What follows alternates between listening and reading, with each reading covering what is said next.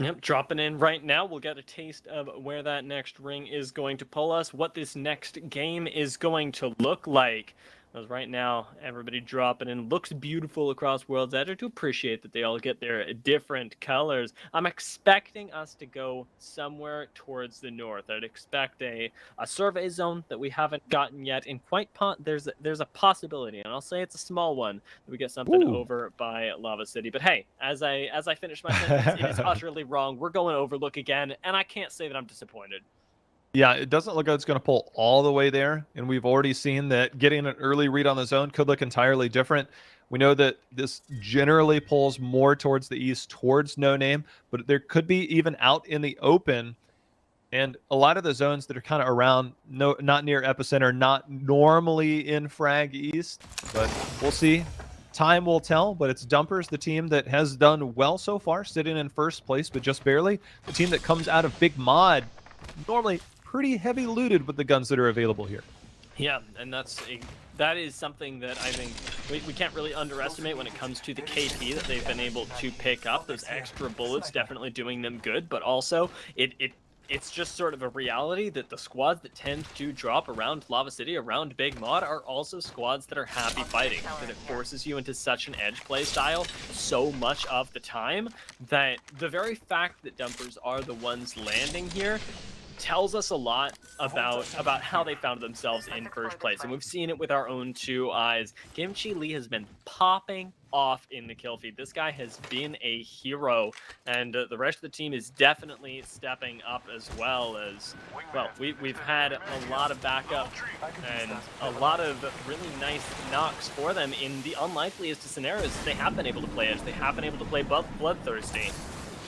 And now they're going to get the chance to do that once again if they can get through Noble, who could stop them on their way up, taking tunnels once again right outside of Geyser. I would like to point out that the teams that are staying a little bit old school, a little bit more traditional, have actually been performing really well. We kind of wondered, would the new meta be difficult for these teams to play into? And there have been times, but I think to the point that you made earlier, the experienced teams between Benchwarmers, between Noble, the teams that are running more of the old school style, it's working really well for them. And they know how to deal with this. They know how to adapt to the situations that are provided to them. And they're using it kind of against other teams. Some of the strengths that come out with those Bloodhound scans, teams aren't used to dealing with right now in the meta as much. It used to be everybody had a scan. Everybody had a Bloodhound. And for a short period of time, everybody had a flashbang scan, health stopper, interrupt their seer. Luckily, that's no longer part of things, but it is interesting to see some of these off-meta picks like a Pathfinder in here having some moderate success, and for some people, more success. Yeah, I mean, one team is calling for him to get buffed, and they've already gotten plenty of points under their belt to make a strong argument for it. As we get our first rotation via the jump tower outside of Lava Siphon. It looks like they're going to be going to Grandma's house instead, taking a little bit of a different approach, like with the Valkyrie scans, spotting out that it would not be an uncontested drop. Sheesh is going to instead take hold of what is pretty prime real estate if they can control it well, if they can spread out and find these picks. That choke has always been a place that a lot of teams like to play in, and they do control a lot. It's hard to push, and you can kind of pick things off, and they found a team on the other end. It's actually Dumpers, the team leaving that choke, getting shot in the back. They're going to say, hold on a second, maybe we need to use a few more resources to survive. Dropping the bubble, it should be relatively safe for them right now. Not a whole lot of teams have collapsed into this area just yet, and they are still inside of second circle, but they end up taking suboptimal real estate. It's the first building that they can really get inside over here on Fragment, and we'll even see if they make this. Nice jump. Let's go. Scan really, really useful there. Ends up making sure the building is clear, making sure that they can hold this building before they even get the chance to touch it. And now, moving over to a team that is not so lucky to be fighting just as soon as it is SFP pushing in on top of them. Still get knocked though. Gas is going. Trying to push up for a few extra kills, does end up getting the knock, but gets knocked himself. It's a trade of 1-4-1. This actually might be a little bit more dangerous for SMT than they had anticipated. Went through the gas once again. Without Valkyrie is right on the edge. Knocks the area. Pull this What? one off. But... Oh, I thought that they saw them before because they had went right to the left, but tried to get that battery off behind their teammate. Did not work for them. So no. Down and out is our first team. Never Lucky, the team that held Diner in the game where they did really well a couple of games ago. Trying to get an eye here. But now it seems more teams are housing here in Frag East, understanding the value of this position. Yeah, and I think that for very good reason. I mean, when we saw the map initially, I called Overlook because it's pulling pretty far into the east, but in reality, a lot of the second circle still does encompass Fragment, and a lot of these guys are kind of taking the noble gambit here and saying, well, although the initial pull was pretty far east, it's still very likely, because there's a lot of real estate in Fragment, that it actually ends up pulling to a place that's a little closer to home, and these guys making that choice are going to see whether it pays off or whether it turns into yet another funnel for a lot of teams, much like we saw the previous zone that also included guys that are in a bit of tunnel. Playing more to the north side, teams do like to hold that top part, the cliff, if you will, the little overlook. Teams do like to vie for that position with so much still available. You do have to fight in a lot here. But I think a lot of teams do like that position. They're actively trying to poke and see if they can push off of some type of crack. You don't necessarily have to take it. They have plenty of time, but make no mistake about it, they would love to move forward here if the opportunity presents itself. They got a lot of G7 ammo to work with as well. The ordnance, though, seem a little bit unorthodox. A really big crack comes through and actually finds flesh. And this is where I'm a little surprised that SXG aren't actually pushing this. They're flanking. They're flanking on the right, yeah. They've expended a lot of resources to make this work, and with a defensive bombardment coming down, this should be the perfect pincer on top of this team up here. Looks like it's Benchwarmers, though, and I wouldn't mess with Benchwarmers, so we're going to see how this one ends up working out. But it's a great read by Benchwarmers. Instead of moving toward the west, they're trying to run a portal out, and that's actually kind of isolated them. And so they read that well. They understood that the team was trying to flank them. So instead of portaling into the flank, into potential danger, they've now managed to regroup. And I would argue they actually have pretty decent position. You have to have your Gibby move forward. So Benchwarmers playing this well. See if they can survive this push. That's going to be already knock number one. Rambo beaming with 1 health. You can see just how razor thin this fight is, as the health bar is extremely low on the side of Benchwarmers. No matter how low they get, one does not simply peak Rambo, and never has that been more apparent than now. Now it is Benchwarmers who are flanking you. They get those last couple finishes and are just trying to pick apart the remaining members. Gibraltar, the biggest threat so far. Big with the G7 Scout, but with the fact that they've got so much to work with, they've finally been come up on from behind. They got to finish this kill, but a lot of damage comes through onto Knock. They've already lost Madness. Rambo is still on single. Wow. Huge shot actually might have turned this for SXG. Yeah, Madness ended up getting cracked and got pushed there. They knew the team was split, so good comms from the other side. Now SXG has the 2v1. Rambo, the only one to survive, and it looks like he's going to dip out. And they have an easy res opportunity now. Wow, what a play there, as it looked really doomed for a while, getting cornered, getting hammed in by these teams, but somehow Benchwarmers end up going out early, and that's going to cost them big, as we talked about how they need to have a pop-off game. Now they need to have at least 2 if they want to dream of being able to take these. You know, we had eyes earlier. That could still be Sheesh up there controlling that. Normally a team that holds the choke stays on that choke until the absolute last minute. They eliminate all threats from behind them while looking for opportunities in front of them. We'll be able to check on that later, but you can see the effect that has. That's actually going to force one of our teams to move west and take a longer rotation. As they do that, there's a chance that they encounter a little bit more resistance hanging out around Harvester, and it's an unlikely rotation, but one they've got to respect either way. There's a lot of open ground up here, and hey, as we talked about how unlikely it was, still that respect ends up paying off, as there is another team that is likewise taking a little bit longer to make their way in towards the next ring. Still going to be relatively safe, but Definitely a bit of a risky fight right now, as it seems like Sign Us Please are the ones that are holding this choke. And now you're stuck kind of between a rock and a hard place. If on one side is Sign Us Please and on the other side is Sheesh, I don't know which I'm picking. This one's a little harder to hold for Sign Us Please. You don't have the same type of cover, that area up at the top right on the other one. Much better to defend, so it looks like their solution is to push forward. And they're hitting right now. Wingman shots actually doing a lot of damage right now, but that's going to be the death of one. They're trying to climb up, and it looks like they're being punished for going up. Alive for right now, but having lost one member, they're gonna have to take the reset, pop the Phoenix kit, and still a lot of damage actually ending up coming down from Sign Us Please, dissuaded by instead a push from an entirely different squad. Like Frozen is swooping in here, trying to find a few picks of their own. Have in fact cleared out the area and are pushing the remainder of what might be Sign Us Please. Instead, catch them on the retreat, not knowing I think that there's a squad behind them as well. They can end up being sandwiched in here, but they might take out Sign Us Please before that ever happens. They don't quite get the knock. CLX are on the chase, and they got the Bloodhound to secure it.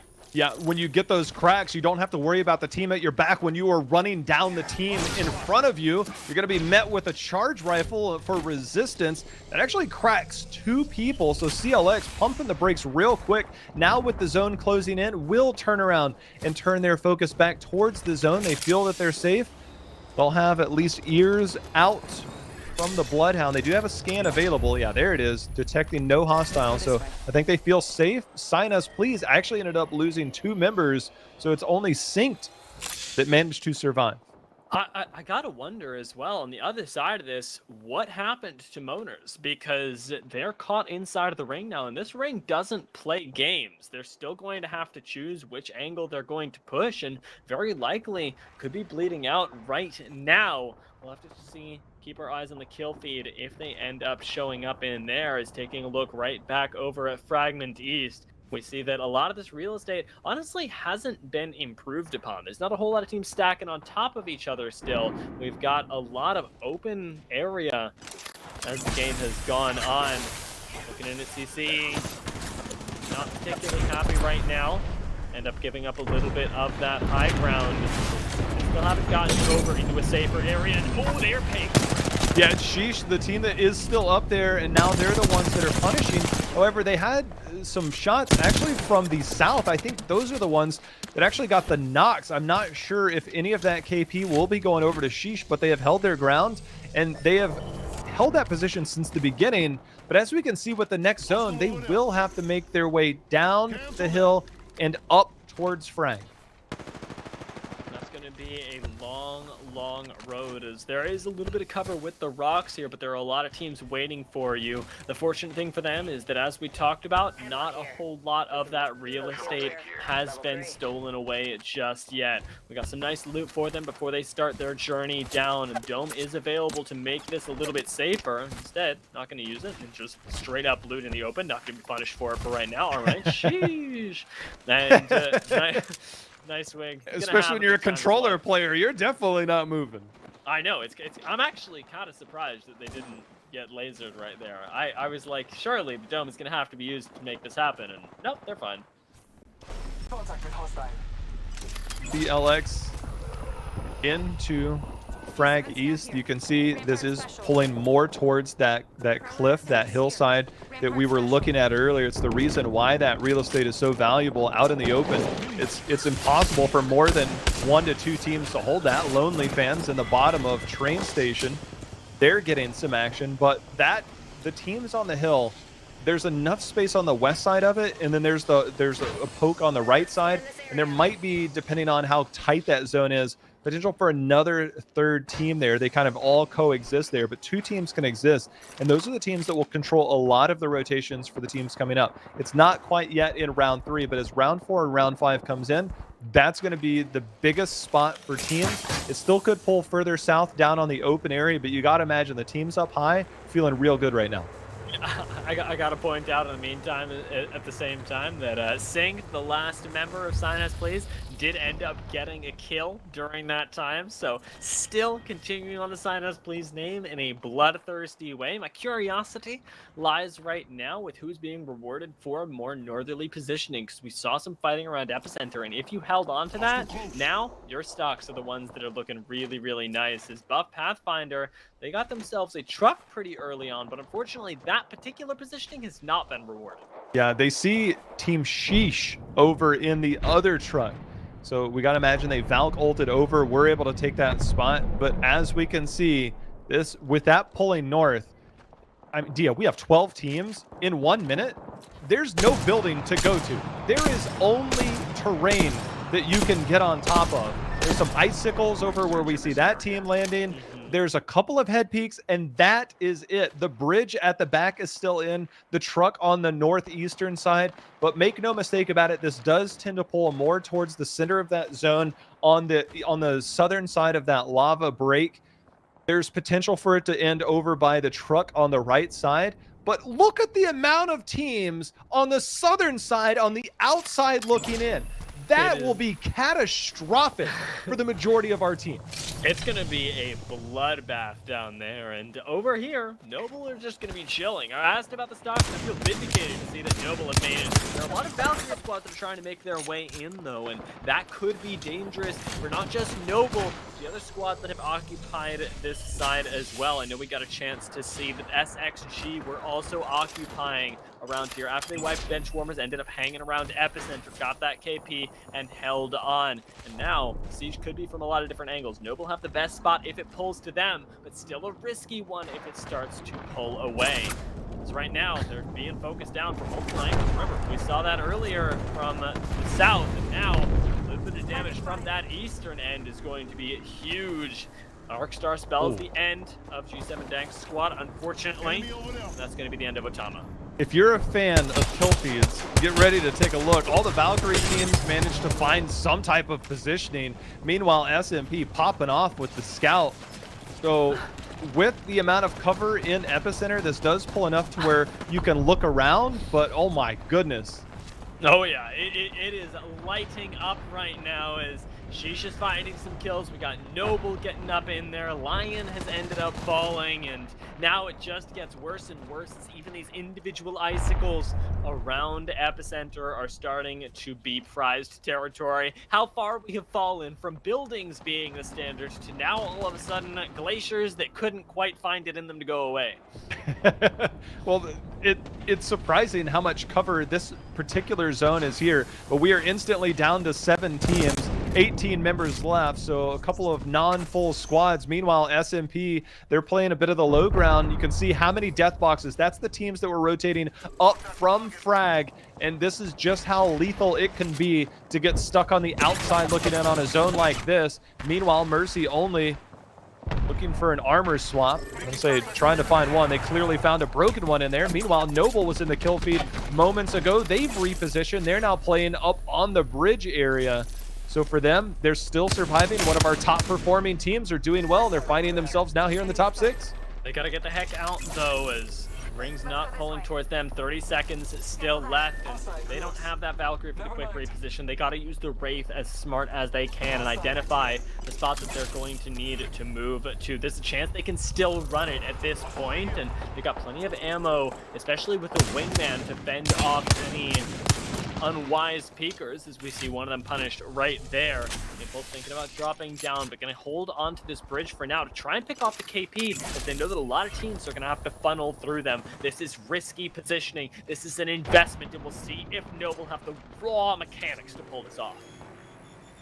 Take a look at this, though. It's Sheesh here on the hill. They managed to fight their way all the way up. They're going to get an angle, get a crack. But they have impeccable positioning right now. That one rock that's right beside them, that is their one protect, but all the angles, all the sight lines are in their favor to capitalize on the teams moving in. With only 5 total teams left, though, there's going to be slim pickings in terms of the amount of teams to kill, but that also means they could open up and be more aggressive. Look at this play from Timmy, jumping down. He says, to heck with it. I am Valkyrie. If things go bad, I fly right back up, and he did just that. Yeah, the cracks are perfect, the knocks are better, and now Presley is trying to be a safe space for his teammate to crawl to. You can see Dank, though, who could just peek this right now. Definitely the confidence that comes with being a member of Sheesh has definitely paid off, and it looks like it has not paid off for Noble, as Golden actually finishes them off. Knocking them out in 6th place is huge if they can, but Noble Lucas still down on the low ground here. Carries on the name, gonna be spotted though very shortly, I can only imagine, by a member of Sheesh. They don't have the scan to make this work, but surely they noticed something. Sheesh is popping off right now, and Timmy is making plays on this Valkyrie, getting in places nobody else can go. They have one member left. They're going to send it down to 4 teams, and just like that, Sheesh has put themselves in the discussion for one of our teams. Now, haven't had the best day, but this is a fantastic game for them. Not only that, but they have the best position to close this out deal. Yeah, I mean, we compared them and Benchwarmers earlier, and again, earlier we said that Benchwarmers could easily put up a high kill game. Same thing, of course, is going to go for these guys who have performed miraculously so far. They're not even fighting against 4 full squads. They got 2 broken ones in the meantime, and it's really just Golden that they need to deal with. As 3 squads. Get yet another knock. How many people? it is not enough, people. Never enough for Sheesh, as this is going to be basically pure KP for them right now. Dropping down with the Eva, and once again, Timmy gets to safety with that Valkyrie, holding on to the best spot. They clean up everywhere, and I've never seen a game look so easy. Think about the timeline that they had. They held the dominant choke. When things didn't work, they repositioned. They fought their way in. They were on the eastern side of the zone, meaning all those teams coming from Frag East, they didn't have to contest, but they picked up KP while moving up.